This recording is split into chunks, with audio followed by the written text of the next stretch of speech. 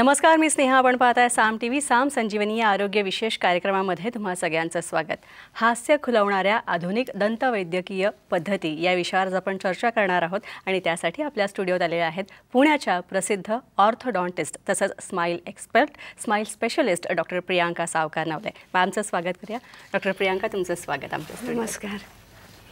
डॉक्टरांशी चर्चा करणार आहोत. तसंच तुमचं हास्य खुलवणाऱ्या आणखी आधुनिक उपचार पद्धती कोणत्या आहेत ते आपण जाणून घेणार आहोत. मात्र त्याआधी डॉक्टरांची ओळख करून देते आहे. डॉक्टर प्रियांका सावकार नवले यांनी महाराष्ट्र हेल्थ युनिव्हर्सिटीमधून BDSचं शिक्षण घेतलेलं आहे. तसंच MDS हे पोस्ट ग्रॅज्युएशनचं शिक्षण त्यांनी ऑल इंडिया एंट्रन्स उत्तीर्ण होत 2011 साली बँगलोर युनिव्हर्सिटीमधून पूर्ण केलेला आहे.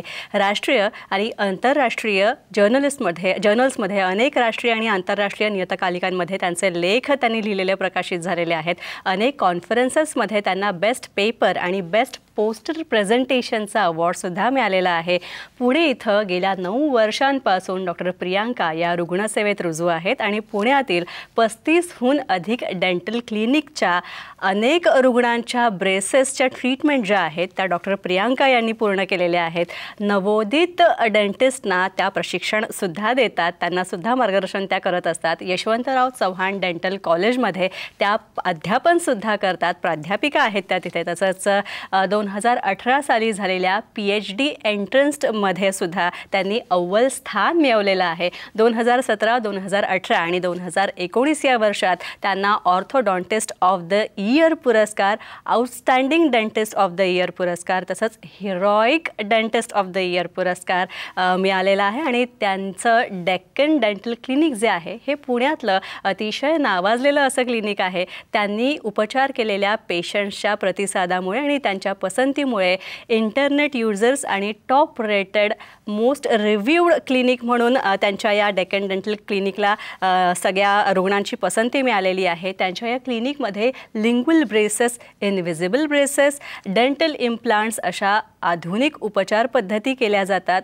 सर्वसामान्य माणसांपासून ते अगदी सेलिब्रिटीजपर्यंत अनेकांनी डॉक्टर प्रियांका सावकार नवले यांच्याकडे त्यांनी परफेक्ट स्माईल डॉक्टर प्रियांका यांनी त्यांना दिलेला आहे. तसंच डेंटल टुरिझम या संकल्पनेद्वारे डॉक्टर प्रियांका यांनी अनेक विदेशी नागरिकांना, अनेक विदेशी रुग्णांनासुद्धा त्यांची ट्रीटमेंट दिलेली आहे आणि अल्पावधीत त्यांनी ही ट्रीटमेंट दिलेली आहे, यशस्वी ट्रीटमेंट दिलेली आहे. हे विशेष स्माईल फॉर ऑल हे डॉक्टर प्रियांका यांचं ब्रीद आहे, ज्याला आपण मोटो असं म्हणतो.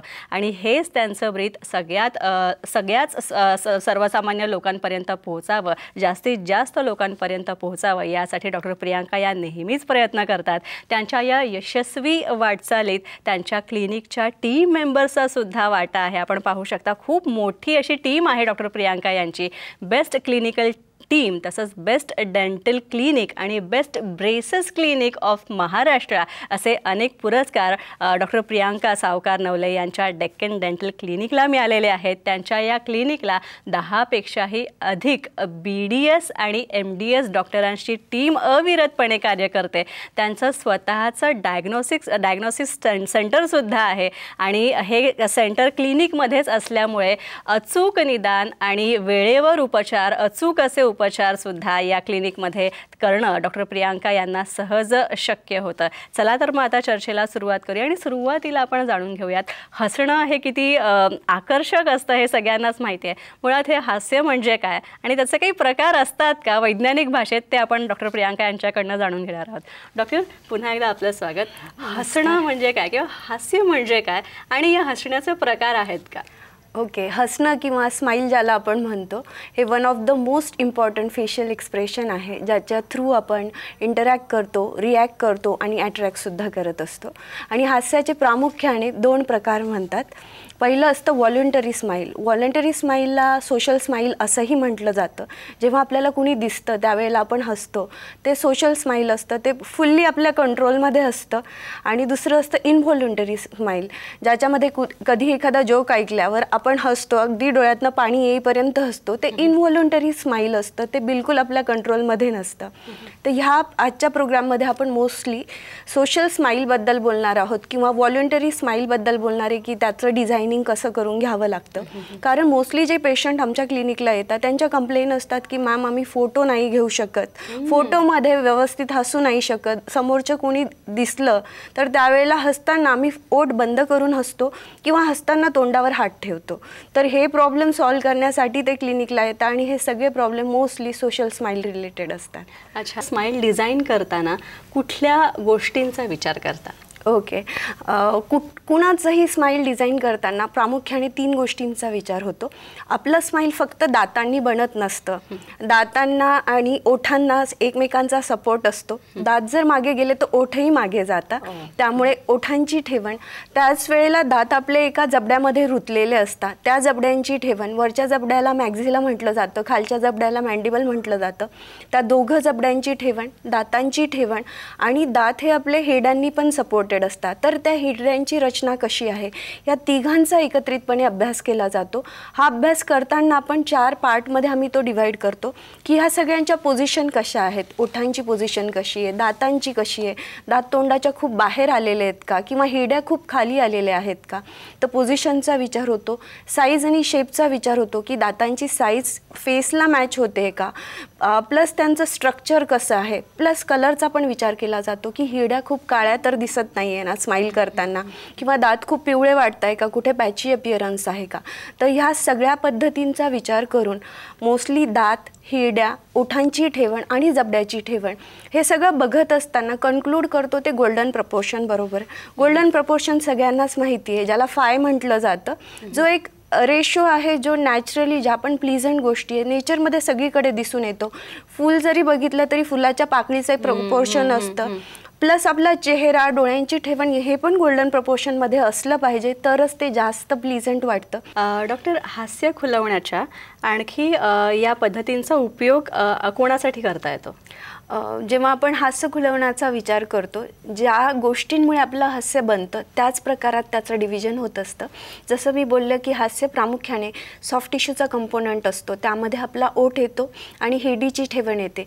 जर ओठ शॉर्ट असेल किंवा ओठ जर लॉंग असेल तर त्या केसमध्ये दातांचा डिस्प्ले हा कमी जास्त प्रमाणात होत असतो. दुसरा, ओठ जर आपल्या हिरडीला चिटकलेला असेल तर त्या केसमध्ये बोलताना ओठ बिलकुलच हलत नाही आणि ते खूप विचित्र वाटू शकतं. तिसरं मी म्हणेल की हिरड्यांमध्ये जर काळ्या कलरच्या हिरड्या असतील किंवा पिगमेंटेशन खूप झालेलं असेल तर त्यावेळेला हिरड्यांची ठेवण ही चांगली दिसत नसते. तर अशा वेळेला त्यांचंसुद्धा स्माईल मेकओव्हर करावा लागतो. प्लस हिरड्यांची ओव्हरग्रोथ झालेली असेल तर अशा वेळेला स्माईल मेकओव्हर करणं गरजेचं असतं. त्यानंतर मी म्हणेल दातांचा कंपोनंट. दातांच्या कंपोनंटमध्ये दातांच्या पोझिशन जर वेड्या वाकड्या असतील, दातांमध्ये खूप फटा असतील किंवा दात तोंडाच्या बाहेर खूप आलेले असतील किंवा ते थोडेसे तिरके झालेले असतील तर अशा केसमध्ये दातांच्या पोझिशन सुधारण्यासाठी स्माईल मेकओव्हर करणं गरजेचं आहे. कधी लहानपणी कुठे ट्रॉमा झालेला असेल आणि त्यामुळे दाताचा टवका उडालेला असेल, दिसताना तो थोडासा तुटलेला दात दिसतो पण त्यामुळे पूर्ण स्माईल हॅम्पर होत असतं. तर अशा वेळेला दाताचा शेप आपल्याला चेंज करणं गरजेचं असतं. दातांची जर साईज छोटी असेल तर अशा वेळेला बाजूच्या 2 दातांमध्ये गॅप पडत असतो, त्यावेळेला त्यांची साईज रिस्टोर करणं गरजेचं असतं. तर असे जे पेशंट्स आहे ज्यांना साईजचा, शेपचा इश्यू आहे त्यांच्यासाठी स्माईल मेकओव्हर केला जातो. थर्ड, मी म्हणेल की दातांचा कलर एकदमच काळपटलेला असेल तर त्या केसमध्ये पण स्माईल मेकओव्हर करणं गरजेचं आहे किंवा दात जर काळे पडलेले असतील तर त्यासाठी स्माईल मेकओव्हर करावा. आणि थर्ड, मी म्हणेल की जॉच्या पोझिशन. जर जॉच्या पोझिशन एका पर्टिक्युलर असणंच बेटर दिसतं चेहऱ्यासाठी. आपला वरचा जॉ नेहमी खालच्या जॉपेक्षा थोडासा पुढे असतो, तो जर जास्त प्रमाणात पुढे असेल तर अशा वेळेला खालच्या जबड्याचा जो ओठ असतो, लोअर लिप जो असतो, तो वरच्या दातांना पूर्ण वेळ कुशनिंग करत राहतो, त्यामुळे वरचे दात अजून मोठ्या प्रमाणात पुढे येतात.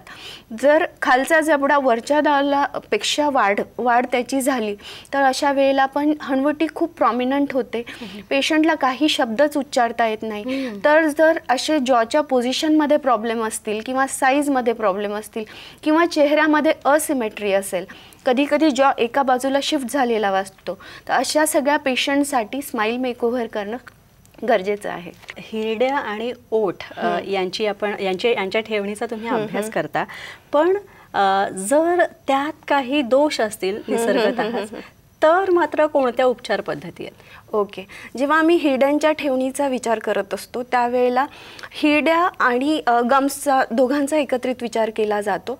तर बऱ्यापैकी आपला वरचा जो ओठ असतो त्यामध्ये प्रामुख्याने 3 गोष्टींचा भाग आपण करत असतो, की वरचा जो ओठ असतो तो शॉर्ट आहे का, किंवा त्याची लेंथ कशी आहे. कधी कधी अप्पर लिप हा शॉर्ट असतो, कधी कधी त्याची लेंथ खूप जास्त असते, कधी कधी वरचा ओठ हा हिरडीला कनेक्ट झाल्यामुळे बोलताना पेशंटचा बिलकुलच ओठ हलत नसतो.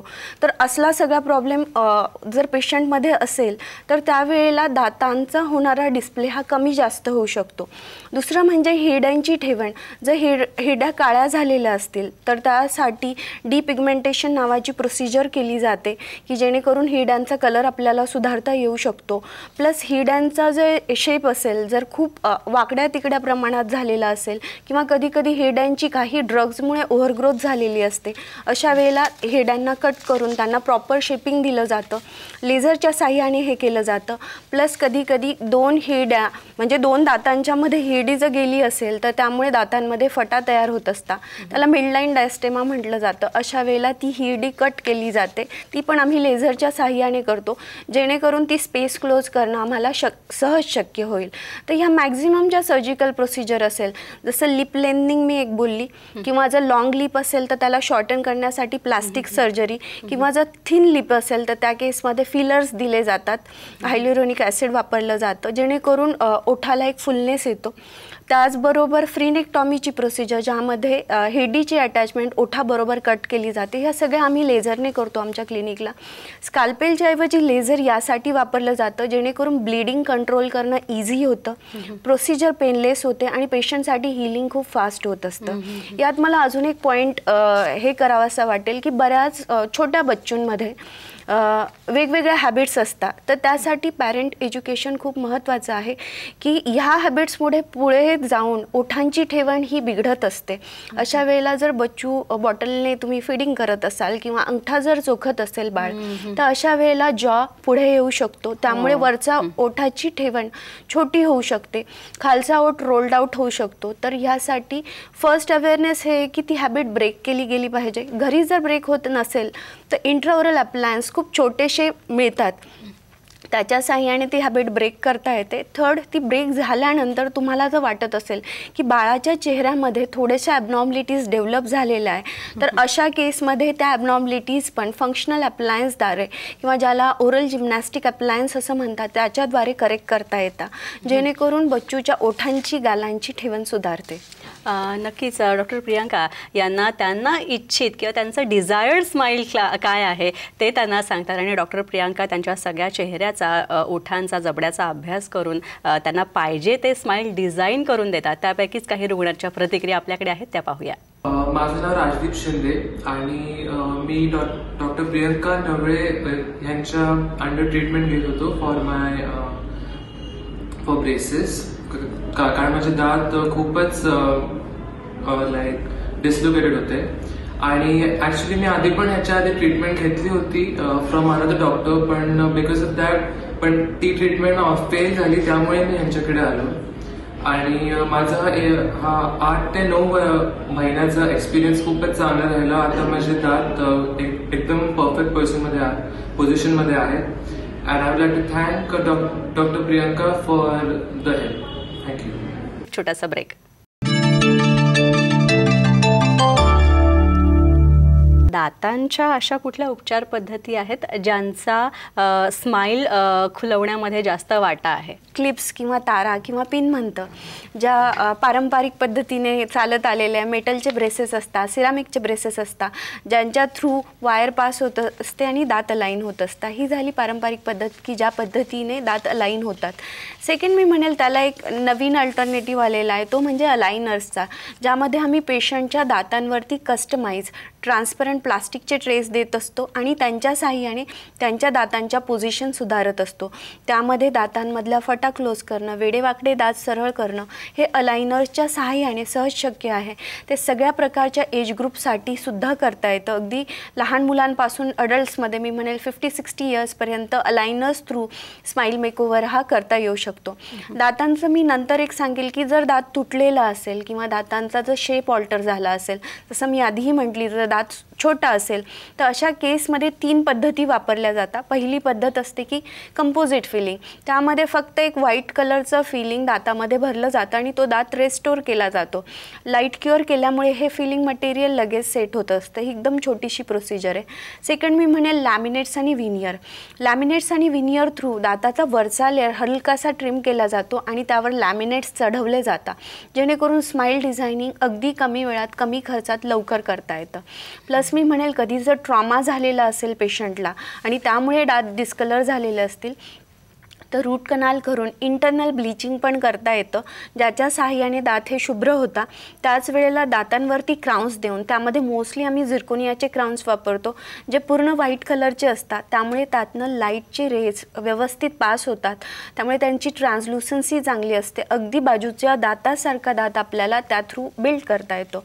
प्लस ओव्हरऑलच जर सगळेच दात येलो वाटत असेल किंवा कॉफीचं इंटेक जास्त असेल तर त्या केसमध्ये दात थोडे पिवळे पडतात, तर लेझरच्या साहाय्याने टीथ व्हाईटनिंगची प्रोसिजर केली जाते, ज्याचा शेड ऑलमोस्ट 2 ते 3 शेडने जम्प होतो. म्हणजे सिंगल व्हिजिटमध्ये हार्डली अर्धा तासात दातांचा शेड हा आपल्याला व्हाईटर आणि ब्राईटर करता येतो. तर अशा पद्धतीने दातांचे हे सगळे प्रॉब्लेम सॉल्व्ह होतात. प्लस मला एक सांगावंसं वाटेल, जर एखादा मिसिंग टूथ असेल त्या केसमध्ये इम्प्लांट टाकून इम्प्लांटच्या साहाय्याने तो मिसिंग टूथ जर रिप्लेस केला तरी स्माईल लाईक फुलनेस येत असतो. जर इम्प्लांटची प्रोसिजर ही सर्जिकल असल्यामुळे ती नको हवी असेल तर त्या केसमध्ये ब्रिजचा पण ऑप्शन असतो, ज्यामध्ये बाजूचे 2 दात हलकेसे ग्राइंड करून त्यावरती क्राउन्स चढवले जातात आणि मध्ये ब्रिज दिला जातो. आणि तेही नको असेल तर पेशंटसाठी एकदम सोपा ऑप्शन असतो रिमूव्हेबल पार्शियल डेंचरचा, ज्यामध्ये काढा घालायचा एक सिंगल टूथ वापरता येतो, जेणेकरून ती जागा भरून निघते आणि स्माईल हे चांगलं दिसू लागतं. डॉक्टर, जबडा आणि त्याची वाढ, तर याच्या काही म्हणजे याचा तुमच्या हसण्यात काय वाटा असतो? जसं मी बोलले की स्माईल मेकओव्हरमध्ये आपण जबड्याचा विचार करतो आणि वरचा जबडा हा खालच्या जबड्यापेक्षा नेहमी 2 ते 3 mm पुढे हवा असतो. जर अशा वेळेला कधी वरच्या जबड्याची वाढ जास्त झाली असेल तर याचं 2 प्रकारात मी ट्रीटमेंटचं वर्गीकरण करेल. एक छोट्या बच्चूंमध्ये ज्यांचं वय 14 वर्षापेक्षा खालचं आहे तर त्यांचं युजली प्रीप्युबर्टल ग्रोथ स्पर्ट ही 8 to 13 इयर्समध्ये चालू होते. त्यामध्ये त्यांची ग्रोथ आम्हाला मॉडिफाय पण करता येते. जर त्यावेळेला आम्हाला कळलं खालचा जबडा ह्या बाळाचा जास्त ग्रो होतोय तर तिथं प्रेशर टाकून त्या जबड्याची वाढ ही थांबवता येते. जर वरच्या जबड्याची वाढ आम्हाला कमी वाटली तर त्या जबड्याला पुल करून त्याची ग्रोथ एनहान्स पण करता येते. या प्रोसिजरला ग्रोथ मॉडिफिकेशन म्हणतात. पण याचं एकच लिमिटेशन आहे की हे फक्त प्रीप्युबर्टल ग्रोथ स्पर्टमध्ये किंवा लहान बच्चूंमध्येच होता येतं. एकदा की ते अडल्ट झाले की मग मी जे म्हणत होती ट्रीटमेंट ऑप्शन 2, सर्जरीशिवाय दुसरा पर्याय राहत नाही. त्यामध्ये वरच्या जॉची सर्जरी, ज्याला लिफोट म्हणतात, त्याच्या साहाय्याने वरच्या जॉला पुढे पण आणलं जातं, मागे पण नेता येऊ शकतं. खालच्या जॉची पण सर्जरी केली जाऊ शकते, जेणेकरून त्याला आयदर पुढे आणणं किंवा मागे नेणं सहज शक्य आहे.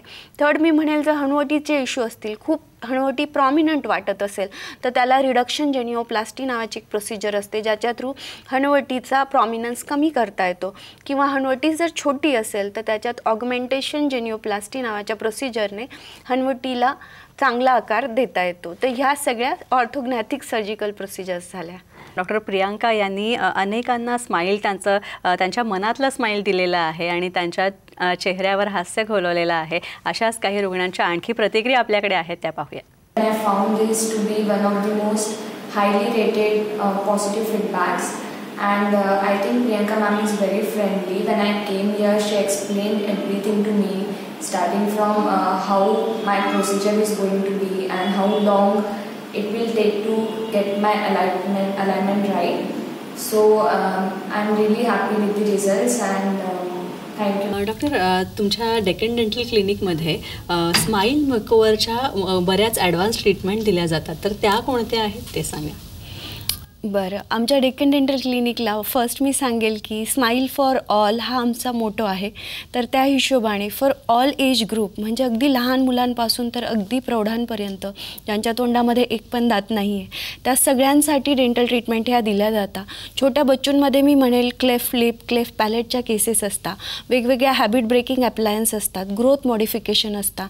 त्यांच्या केसमध्ये त्यांना फिलिंग्स रिक्वायर्ड असतात, RCT, प्रौढांमध्ये केले जाणारे रूट कनाल, ब्रीज, इम्प्लांटच्या केसेस आणि अगदी वयोवृद्धांमध्ये केल्या जाणाऱ्या कवळीच्या ट्रीटमेंट या सगळ्या म्हणजे सगळ्या एज ग्रुपच्या ट्रीटमेंट आमच्याकडे होता. प्लस जेव्हा ऑलचा विचार होतो तेव्हा all modalities under one roof, जेवढ्याही ॲडव्हान्स मोडॅलिटीज आहे मी म्हणेल लेझर, इम्प्लांट असतील, नंतर अलायनर्स असतील, ह्या सगळ्यांसाठी आमचं क्लिनिक आम्ही त्या पद्धतीने प्रिपेअर केलं आहे की आम्हाला त्या गोष्टी हँडल करता येतात. तिसरी मी गोष्ट सांगेल की क्लिनिकमध्ये सेट प्रोटोकॉल्स आहेत. म्हणजे कुठलाही पेशंट आल्यावर त्यांचे फोटोज घेतले जातात. क्लिनिकमध्ये डायग्नॉस्टिक सेंटर आहे त्यामुळे लगेच पेशंटचे एक्सरेज होता. कुठल्या रिपोर्टसाठी त्यांना बाहेर जावं लागत नाही. आमच्या पॅनलमध्ये right from orthodontist, implantologist, oral surgeon सगळे लोक असल्यामुळे पॅनलचं लगेच कन्सल्टेशन होतं आणि पेशंटला योग्य तो ट्रीटमेंट ऑप्शन दिला जातो. पुन्हा स्माईल फॉर ऑलमध्ये मी ऑल फॉर इकॉनॉमिकल क्लासेसचा पण विचार केलेला आहे की अगदी रिच पीपलपासून साध्या लोकांपर्यंत पण जर ट्रीटमेंटचे ऑप्शन्स आम्हाला देता आले तर त्यांना हवी ती ट्रीटमेंट करून घेता येते. जरुरी नाही आम्ही दिलेला ट्रीटमेंट प्लॅन पेशंटला फिजिबल असेल इकॉनॉमिकली, त्यामुळे प्रत्येक पेशंटसाठी EMIचे ऑप्शन दिले जातात. तर त्या केसमध्ये मॅक्झिमम आम्ही 2-3 ट्रीटमेंट प्लॅन लिहून देतो. पेशंटला जो सूट होतो तो ते चूज करू शकता आणि त्या ट्रीटमेंट आम्ही त्यांच्या करून देत असतो. प्लस मी म्हणेल जागेचं पण बॅरियर आम्ही नाही ठेवलेलं आहे. नुसतं पुण्यातले पेशंट नाही तर पुण्याबाहेरच्या पेशंटला ट्रीटमेंट करणं शक्य व्हावं म्हणून आम्ही मंडे टू संडे 9 to 9 काम करतो. इवन 365 डेज, दिवाळीचा दिवससुद्धा आम्ही सुट्टी घेत नसतो, जेणेकरून पेशंटला ज्या दिवशी सुट्टी असतील ते पुण्यात येऊन त्यांच्या ट्रीटमेंट करून घेऊ शकतात. आणखी एक प्रियांका, स्माईल, डिझायर्ड स्माईल तर सगळ्यांना हवं असतं. माझं स्माईल असं हवं अगदी परफेक्ट हवं अशी बऱ्याच जणांची इच्छा असते. मात्र काही शंका कुशंका मनात नेहमीच असतात. त्यामुळे प्रेक्षकांच्या शंका कुशंका दूर करण्याच्या दृष्टीने जाता जाता काय सल्ला द्या? जाता जाता मी पेशंट्सला एकच सल्ला देईल की आता डेंटल जे शास्त्र आहे ते खूप अद्ययावत झालेलं आहे. पूर्वीच्या काळी जसं डेंटिस्ट्री म्हटलं की पेन यांची एक घट्ट सांगड होती, ती आता राहिलेली नाही आहे. या प्रोसिजर सगळ्या पेनलेस आहे, कमी खर्चाच्या आहे. त्यामुळे जो हास्य आपला सर्वात अमूल्य दागिना असतो तो ह्या प्रोसिजरद्वारे तुम्ही निखरू शकतात आणि तुमचं हास्य सदैव कॅरी करू शकता. नक्की. जर तुम्हाला सुद्धा तुमचा डिझायर्ड स्माईल हवं असेल, तुमच्या मनाचा स्माईल हवं असेल तर तुम्ही डॉक्टर प्रियांका यांना संपर्क करू शकता. आणि त्यासाठी स्क्रीनवर जर तुम्हाला नंबर दिलेत, प्रियांका यांच्या डेक्कन डेंटल क्लिनिकचे नंबर दिलेले आहेत, त्यांची वेबसाईट आहे, ते तुम्ही नोट डाऊन करून घ्या आणि डॉक्टरांना कॉल करा, त्यांची रीतसर अपॉइंटमेंट घ्या आणि तुमचं डिझायर्ड स्माईल तुम्ही मिळवा. डॉक्टर प्रियांका, तुम्ही इथे आला त्यासाठी खूप खूप आभार तुमचे. Thank you so much. यानंतर इथेच थांबतोय. नमस्कार.